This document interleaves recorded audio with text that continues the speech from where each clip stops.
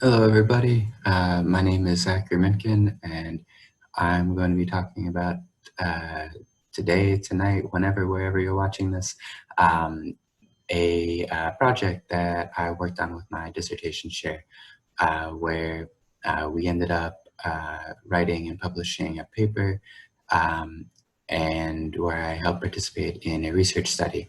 Um, so let's dive right in. Um, so my name is Zachary Minken, right over here. I worked on this project with my dissertation chair, Augusto Macalalag, and another university professor, Greer Richardson, from LaSalle. The paper that we ended up publishing is called Developing Teachers' Intentions of Incorporating Socioscientific Issues in Lesson Design. Um, so I think the best place to start, maybe if you're looking at this title and you see, I think all of these words are pretty easy to wrap your head around, and then socioscientific issues. And, if you're a quick reader, maybe you're thinking, well, what is that? So we're going to start there. Um, so socioscientific issues is a framework, and I'm going to say SSI a lot. Socioscientific issues is a lot to say, so SSI. So the SSI framework is essentially a framework that you can use in a classroom to sort of help make STEM more accessible for students. So the idea is that you take an issue. This diagram here. I'm going to be talking around this diagram for a little bit. You want to start, according to the SSI framework, you start with the issue, the socio-scientific issue.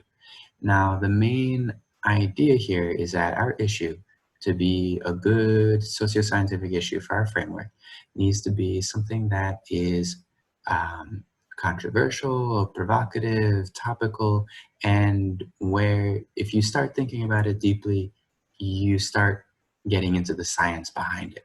So, for instance, I have some examples over here. We have GMOs, designer babies, mandatory weight loss camps. All of these, you can imagine, depending on, the students in your room, you may have widely differing opinions, thoughts, or feelings on any number of these topics. And these are just some examples. There's plenty others. You could talk about the Philadelphia beverage tax. You could talk about, what car should you buy, and hybrids versus not, and how that goes into the carbon footprint. You can talk about really all manner of different things. But for the sake of time and me not going on too many tangents, we're gonna talk right here. We're gonna talk about let's say GMOs. So you have your topic, you have your issue, and the first thing. So let's say we're talking about GMOs, right? So genetically modified organisms. Typically, when we talk about these, we talk about GMOs in relation to food, particularly the food that we're eating. And there are, if you've been around for a little bit, you know that lots of people have different opinions about GMOs and if they're safe, if they're healthy, if they're good, if they're not good.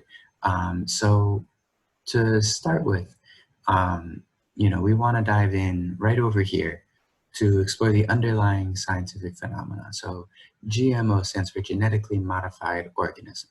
So what is an organism, and what is genetics, and how are we modifying these organisms genetically, right? So you can talk about the biology, right? An organism is a living thing, right? And everything that is alive, we, human beings included, we have genes, and genes are essentially you can think about them as little codes that in your DNA that make you who you are. They give you the physical characteristics that you have. They can also control for, even things that maybe we don't think of as physical characteristics, but maybe certain medical conditions, or certain things like being blind or deaf, or things like cerebral palsy. They, they control for a whole host of different things, and typically when we talk about genetically modifying an organism, what we mean is, in a lab, going in and messing around with the genes in an organism for a variety of different reasons. So the science in there, we want to talk about genetics. We want to talk about different alleles, dominant versus recessive. How reproduction happens, and what modifying a particular gene might do. And this kind of leads us into the STEM modeling. So what is our model of genetics? And we can talk about here. We can talk about the Punnett squares. Maybe get real advanced or dihybrid cross. Maybe we want to talk about mutations. But getting into what are the models that we can use to talk about this SSI. From there, we want to consider the system dynamics of the issue, right? So we've gotten into the science, and now we're gonna sort of get into the social piece, right? You think socio-scientific, combine social and science. So here, this is where you think about, well, why is this really being debated here? Like, what's the big deal of GMOs?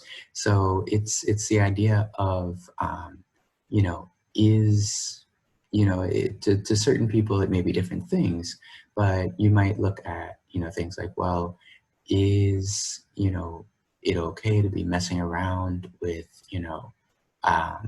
with different organisms like this? Are we playing God? Is this something we're allowed to do? Is this natural? You can look at like, um, you know, um, how is this going to, how is this going to affect our bodies? Is it safe to eat genetically modified organisms? So things like that. Then we can get into, and I can go on, but really, I want to make sure that we get to the rest of my presentation here. So we can talk about the employing reflective scientific skepticism. So this is just simply, saying, well, all right, so we're hearing all of these different things about GMOs, and where is all this information coming from, right? So considering the source. So you may have some articles that talk about how, GMOs are safe or not safe, and they'll have all these different reasons as to why. But where is this information coming from? Who is putting this out? For what reason? Do the people publishing this information have some kind of agenda that they want to persuade us with? And sort of challenging students to really think about these things. Then we can sort of get into the comparing and contrasting multiple perspectives. So, thinking about maybe you're a parent, and you are going grocery shopping, and you need to decide what you're going to buy for your child. And are you going to feel comfortable feeding your child something that was genetically modified? That was altered, physiologically in some lab somewhere. Are you going to feel like this is safe? Maybe you want to think about it like you're a farmer and you're trying to grow crops, but you have all of these pests that are ruining your crops. And, we know that pesticides have a way of working their way into foods and drinking water, and really having a negative effect there. So, maybe if we have genetically modified corn, for instance, that is, as sort of a built-in pest repellent, like bugs just don't like to eat it, but it's not, bad for humans. Maybe this can save you money. Maybe this can improve your yield for your crops. So maybe this is something that you would really like to be able to do. You can think about, maybe you're a politician and you need to think about, you're going to be enacting some policies about whether or not GMOs are allowed and, how they're regulated. And you need to keep in mind, the sensibilities and the safety of your constituents. Maybe you want to think about this in terms of, you know, certain places like maybe a third country where, you know, it's they don't have a lot of food, and there's large areas in, you know, a particular place where people are starving, but these genetically modified organisms, uh, you know, thinking about crops, maybe they could help, uh, you know, help people because we could grow them there more easily. And, you know, it's cheaper to ship seeds and ship food. So maybe we can ship these genetically modified seeds over to these places where otherwise the food may not grow, or we may have, you know, issues with pests, or maybe we can make the food grow bigger so that, you know, it can feed more people. These are all things, you know, that we can consider from different perspectives. Um, and then elucidating their own position or solutions. So after sort of exploring the science and, you know, understanding how we're really using it and thinking about, you know, the crux of why this issue is such an issue, you know, considering the source and looking at it from different angles, then the students can start to come up with their own perspective on, you know, what they should think or feel about GMOs, or can they be helpful? You know, what sorts of problems might GMOs solve, and is it worth it? Um, so, you know, and this could be something where students can debate and, you know, maybe provide some evidence from different readings they've done, or talk about certain scientific phenomena with regards to this, to really have an argument that, you know, they um, you know, is personal for them, but also draws on the underlying science and, you know, considers multiple perspectives and the scientific skepticism of where is our information coming from. So this big idea, and as you might have been thinking, right, this is not typically the kind of lesson that you would find in a STEM subject, in a science class, in a math class, a technology class, in any class really. This isn't typically how things are done. So this sort of leads us to the conference that uh, we put together here. So the idea of the conference, because socioscientific issues is a bit of a mouthful, and maybe we want to attract people and they may not understand what this is, it was called the Integrating STEM in Everyday Life Conference, because the idea is to integrate STEM into everyday life. So this conference was sort of put together with the goal of introducing the socioscientific issues framework to teachers. So this conference was advertised to in-service teachers, to pre-service teachers of all experience levels, as a way to use this new framework to help with your teaching, to integrate STEM into everyday life. The general format of the conference it was an all-day conference. People were fed. That maybe was one of the draws.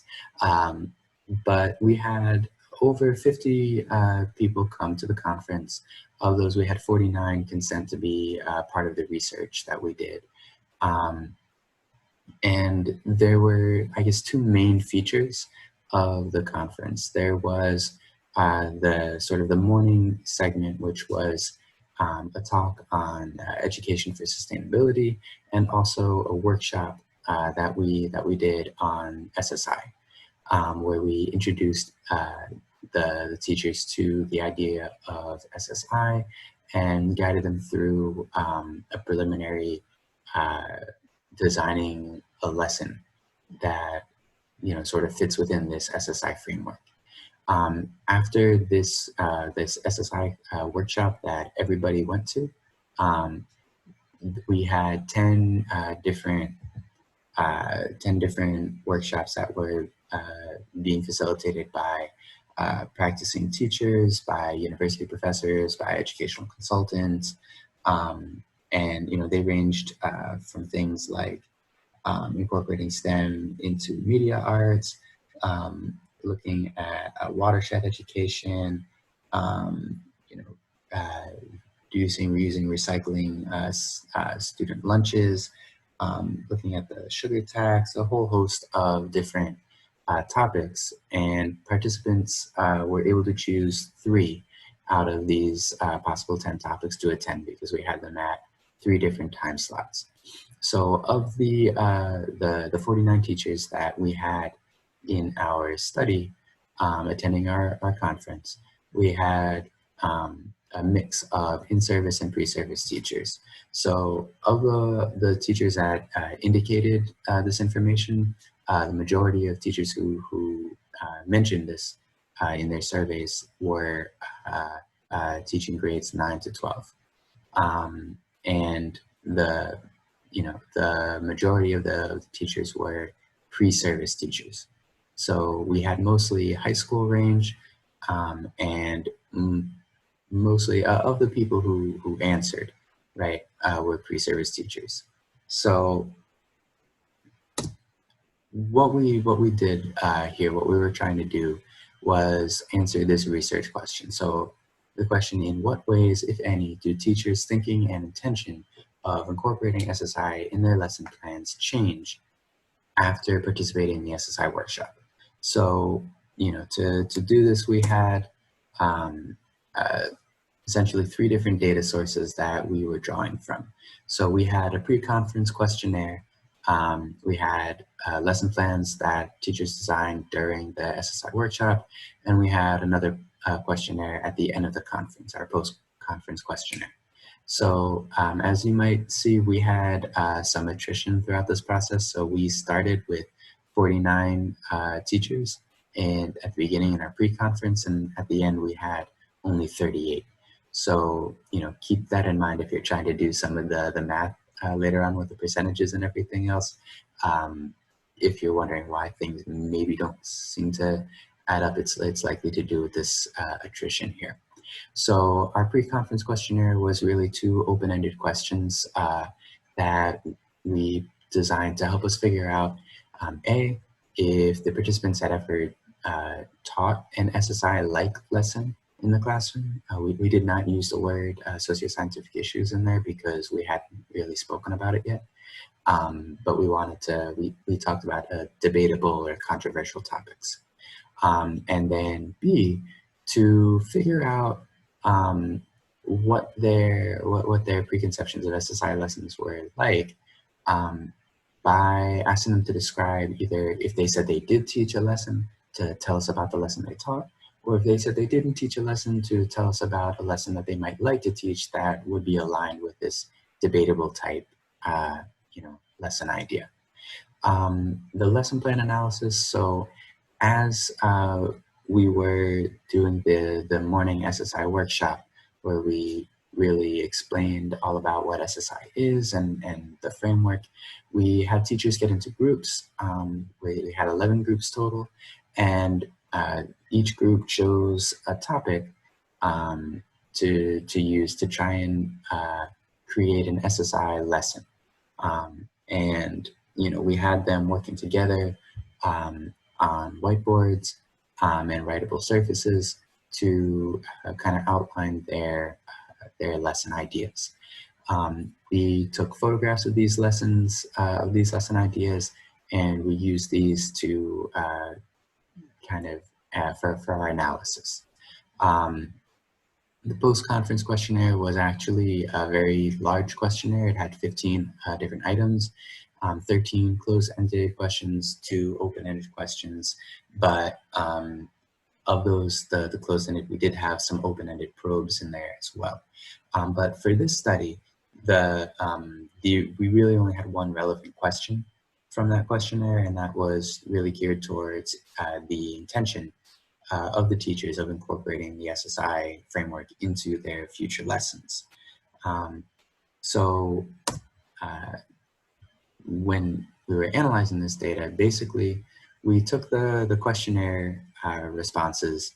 I de-identified these and put them into a spreadsheet.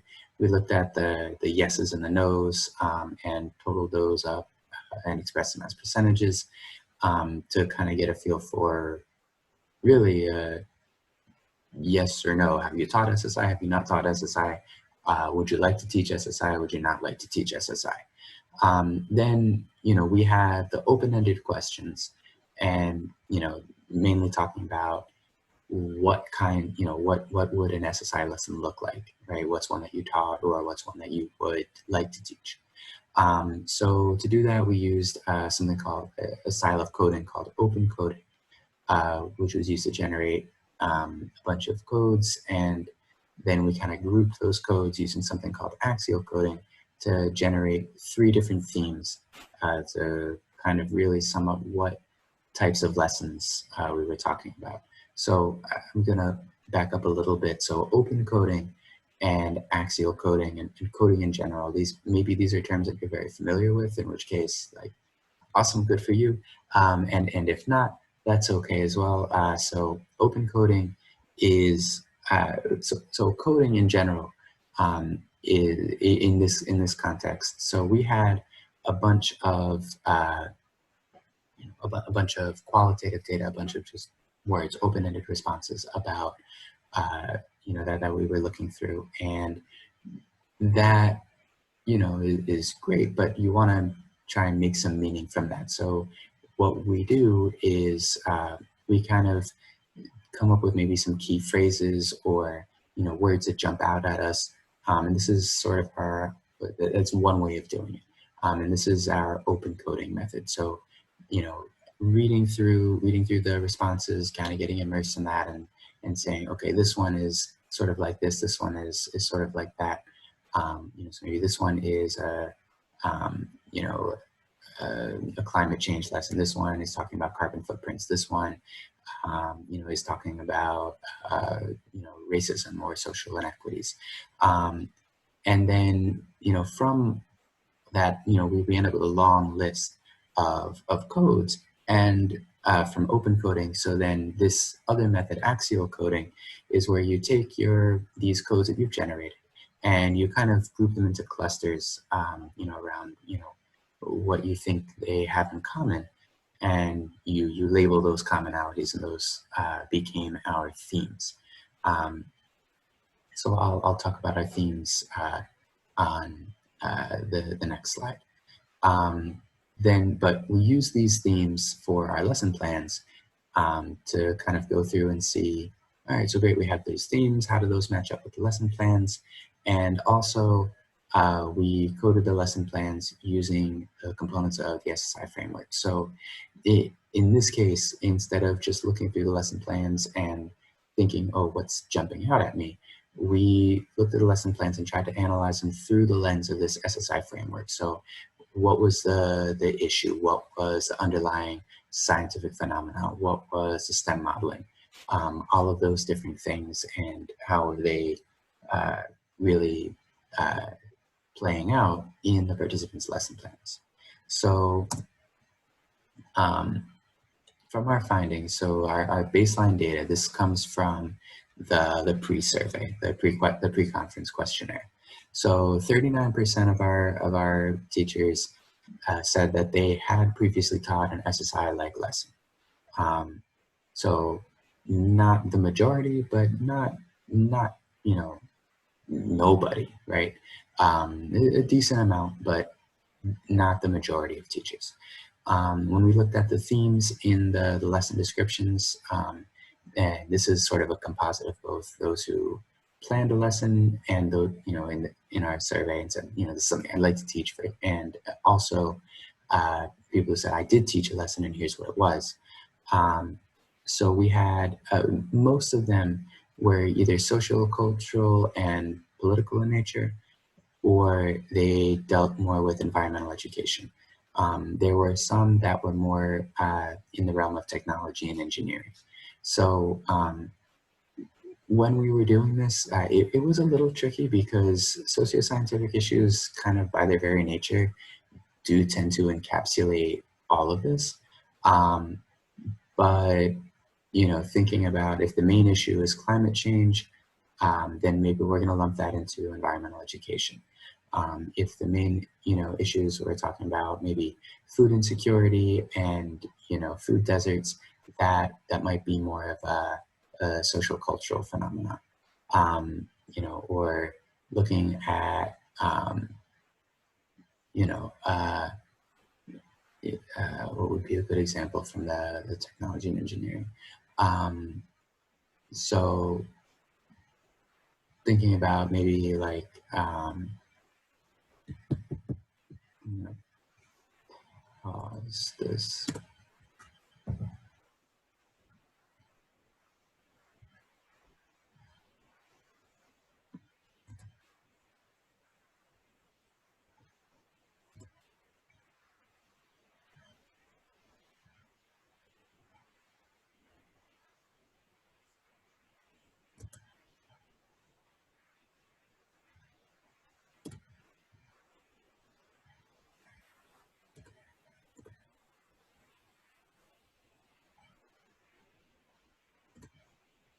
So like technology and engineering, so think like designer babies. This is it's a tricky one because, you know, there's definitely some social cultural issues with that. There's some political issues, but you know, because the real driving force behind this is a new technology, we kind of categorize that under technology and engineering, right?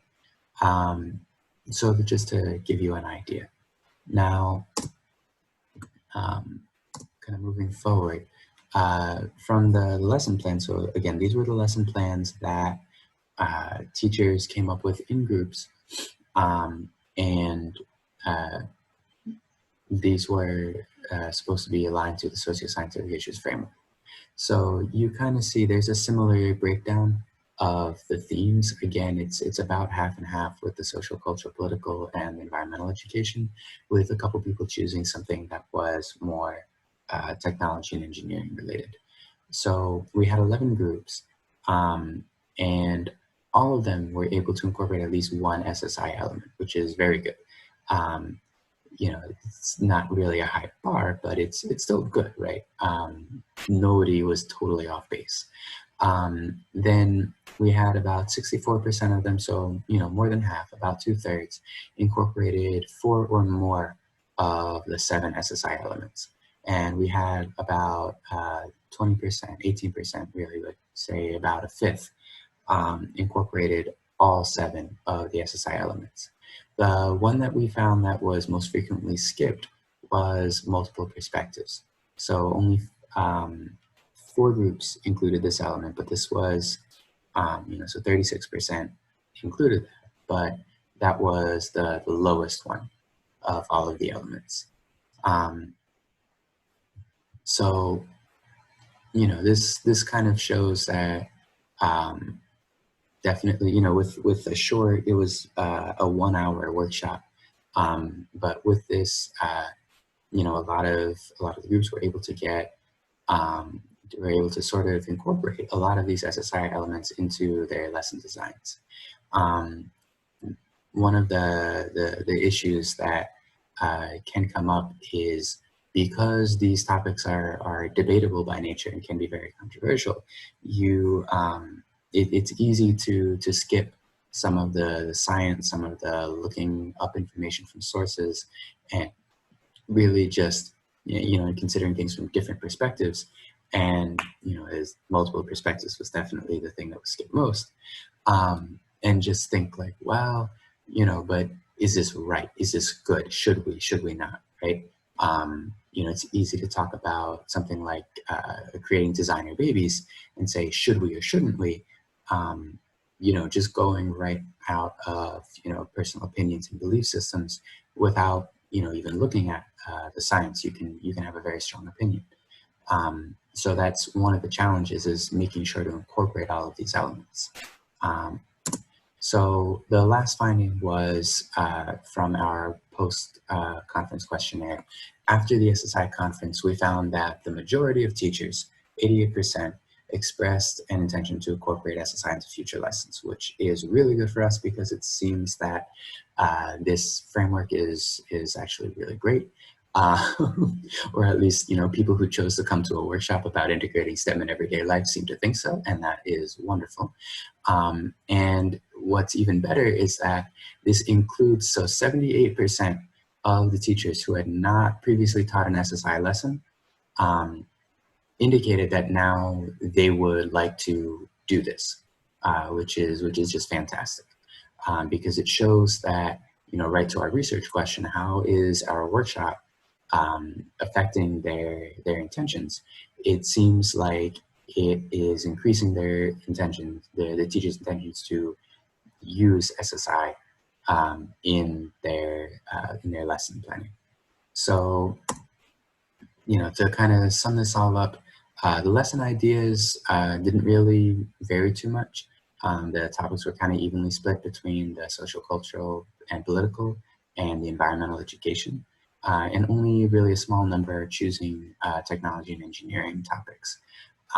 There's a variety of reasons for this. I mean, for one, a lot of controversial issues are social issues, political issues, and additionally, a lot of these are environmental issues and sustainability. Think about the popularity of, or at least the prevalence of climate strikes, right, in the media and all across the globe. So there's a lot of, a push for sustainable education. When we think sustainability, we think environmental education very frequently. So the technology and engineering, there's a lot of reasons why maybe a small number chose that, but that would be something that we'd need to investigate further in another study. So again, the majority of our groups used 4 more of the SSI elements. So, again, though, only 35% used the multiple perspectives. So this suggests that we need to, have some further emphasis on incorporating multiple perspectives in SSI in future workshops that we do. And, like I said before, this study suggests that the workshop had a positive impact on teachers, particularly those that had never taught using SSI before. So all of this is really good news if you are enthusiastic about SSI and incorporating that into education, as we are. So the next steps is, and I guess I'm using the term next steps here kind of loosely, like based on what we did, these would be the next steps, but a lot of these have already happened. So at the conclusion of the conference, we began recruiting participants for intensive workshop, like an intensive workshop series around SSI. So we were able to get 30 participants.